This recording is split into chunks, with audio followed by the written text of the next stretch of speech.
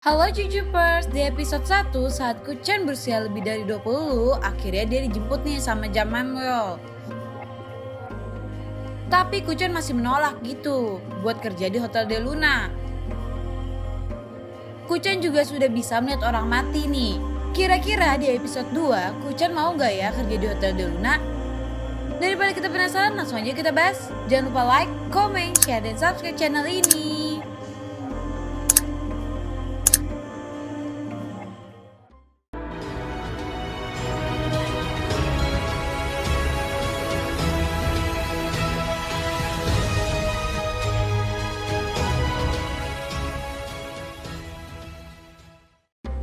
Di awal scene, Kuchen bertanya nih kepada Jamanyol, apakah dia membunuh orang tua yang telah membunuhnya, dan Kuchen pun pergi berlari mencari orang tua itu.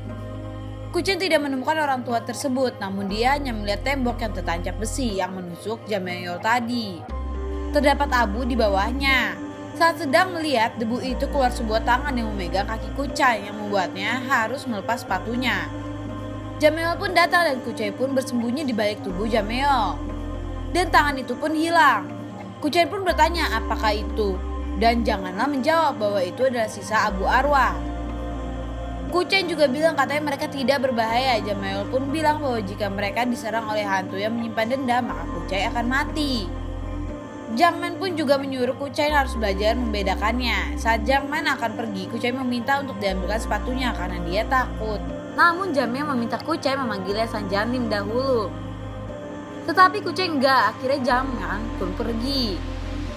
Kuchen pun mengambilkannya sendiri dan mengejar Jangman saat akan memakainya. Jangman menanyakan apakah dia memakaikannya lagi. Kuchen yang parnoan pun melepaskan karena takut, ia pikir berbahaya jika memakaikannya lagi nih. Jangman pun menyuruh Kuchen untuk membuangnya dan mengajaknya untuk membeli sepatu. Kuchen pun mengikuti Jangman. Di mall, Jangman memilih sepatu, namun Kuchen menolaknya karena itu bukanlah seleranya. Jangman pun bilang bahwa sepatu itu lebih bagus daripada sepatunya yang tadi dia pakai dan menyuruhnya untuk tidak mengenakan barang yang berwarna coklat lagi karena Jangman membenci warna coklat. Kuchen pikir dia disuruh membuang sepatunya karena berbahaya, namun ternyata karena Jangman tidak suka model dan warnanya. Jangman pun memberikannya sepatu pilihannya, namun Kuchen tidak mau dan akan mencari sepatu yang persis seperti sepatunya tadi. Jangman pun menyuruhnya memakaikannya nih karena toko akan segera tutup, dan benar saja toko pun langsung tutup. Kayak perkataannya selalu benar nih ya kayaknya. Di depan mall, Jangman menyuruh Kuchen untuk bekerja besoknya, namun Kuchen bilang bahwa ia tidak mau bekerja di hotel itu dan ia bertanya jika dikerjakan di situ pekerjaan apa yang akan dia kerjakan. Jangman pun bilang bahwa Kuchen akan menghibur mereka yang menutup pintu dengan rasa sesal. Kuchen menanyakan apakah maksud menutup pintu. Jangman menjawab menutup pintu kehidupan dan kematian. Jangman pun menceritakan bahwa jika kehidupan mereka telah usai kebanyakan, mereka akan menyeberangi sungai Zanzu dan pergi ke dalam alam baka. Tetapi bagaimana arwah gagal menemukan jalan mereka dan mereka yang bodoh tinggal di dunia ini? Kuchen pun bilang bahwa sama aja kayak Jangman yang berdiri depan mall yang sudah tutup. Jangman pun bilang bahwa tamu hotel adalah arwah-arwah yang tersesat menuju alam bakanya nih. Serem banget ya nih hotel.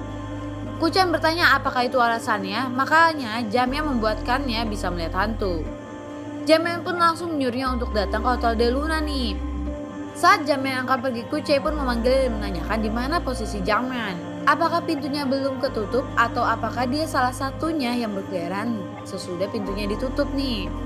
Karena Jamyan bilang dia akan membunuh Kuchen, Kuchen bertanya apakah Jamyan adalah hantu pendendam.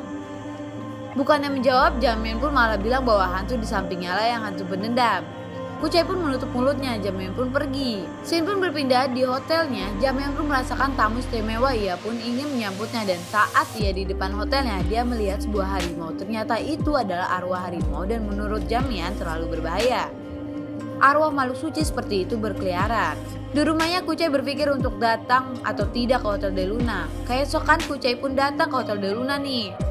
Kuchen pun masuk dan menemui resepsionis di sana dan bilang bahwa dia bukanlah tamu, dan resepsionis pun membaca kartu yang diberikan Kuchen dan dia pun menyadari bahwa Kuchen adalah manajer baru. Kuchen pun bilang sebelum dia menerima jabatan itu dia hanya ingin berkunjung.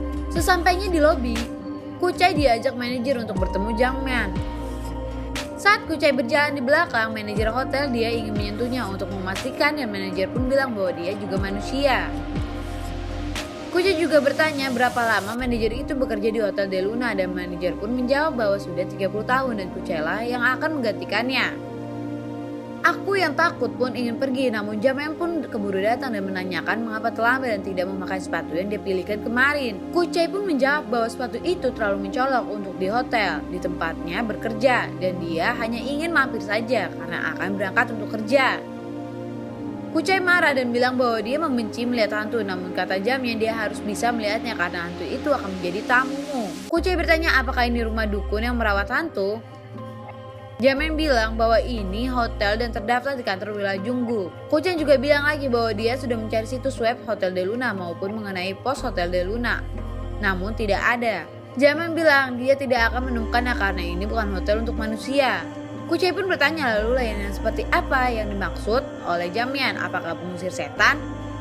Jamem bilang bahwa bukan pengusir setan namun pengobatan, seperti peristirahatan atau melakukan yang gagal dipenuhi saat mereka hidup, agar mereka bisa pergi tanpa penyesalan dan hidup tenang di alam baka.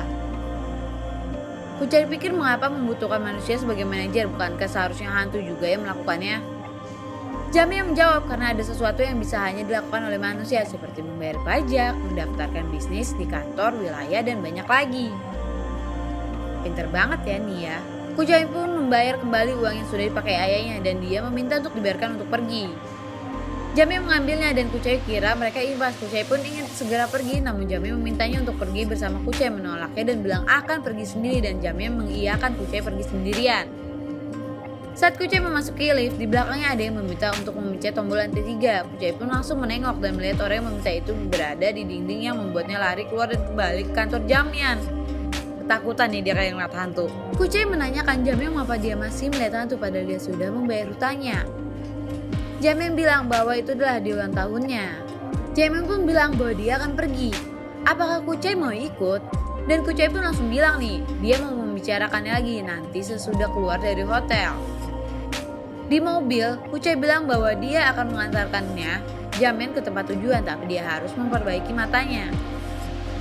Namun Jamem ketawa karena Kucai selalu percaya bahwa Jamem akan memperbaiki matanya nih. Kucai pun bilang bahwa jika Jamem tidak memperbaiki matanya, maka Kucai tidak bisa pergi bekerja. Jamem pun bilang benar, karena kau tidak bisa bekerja di hotel lain, karena Kucai harus mengurus sesuatu yang lain sekarang. Kucai pun kaget dan bertanya mau kemana mereka sekarang. Dan Jamem pun menjawab, menangkap harimau. Kucai pun pikir itu hanyalah lucuan. Mereka sesampai di museum dan melihat patung harimau itu adalah hadiah dari Korea Utara. Jamem pun terlihat sedih melihat patung harimau ini. Kucai pun bertanya apakah dia harus dihampiri dengan hantu berkacamata itu. Terus Jamem menjawab bahwa dia bisa membawanya ke hotel Jamem. Kucai pun menolak lagi tawaran Jamem untuk bekerja di hotelnya dengan bilang bahwa Hotel De Luna tidak membutuhkan manajer dengan gelar MBA. Jamem pun bilang bahwa dengan dia bisa melihat hantu saat sudah cocok dengan hotelnya. Dan Jamem juga menantang Kucai untuk membawa kopi dengan mengabaikan hantu-hantu. Kucai pun menerima tantangan itu dan segera mengambil kopi itu. Saat Kucai melihat hantu, dia mencoba untuk tenang, bahkan hantu yang mengganggunya namun dia mengabaikannya dan dia pun berhasil membawa kopi itu tanpa tumpahan setetes pun. Di Hotel De Luna, manajer sedang memberikan salam perpisahan kepada staf lainnya. Lalu Jamem datang dengan marah karena Kucai merasa hebat mendapatkan gelar MBA, sedangkan staf De Luna saja lebih hebat dari Kucai. Manajer bilang bahwa dia harus periksa ke rumah sakit dan menanyakan kapan Kucai akan bekerja. Jamem pun menyuruhnya untuk pergi karena sudah mendapatkan penggantinya. Saat Kucai ingin menyapa tamu VIP, hantu berkacamata itu pun datang lagi di hadapannya yang membuatnya bungkam karena tidak bisa menjawab panggilan staf lainnya. Dia pun akhirnya menyemburkan dirinya ke kolam renang. Penasaran? Tungguin terus episodenya. Jangan lupa like, comment, share, dan subscribe channel ini. Bye-bye.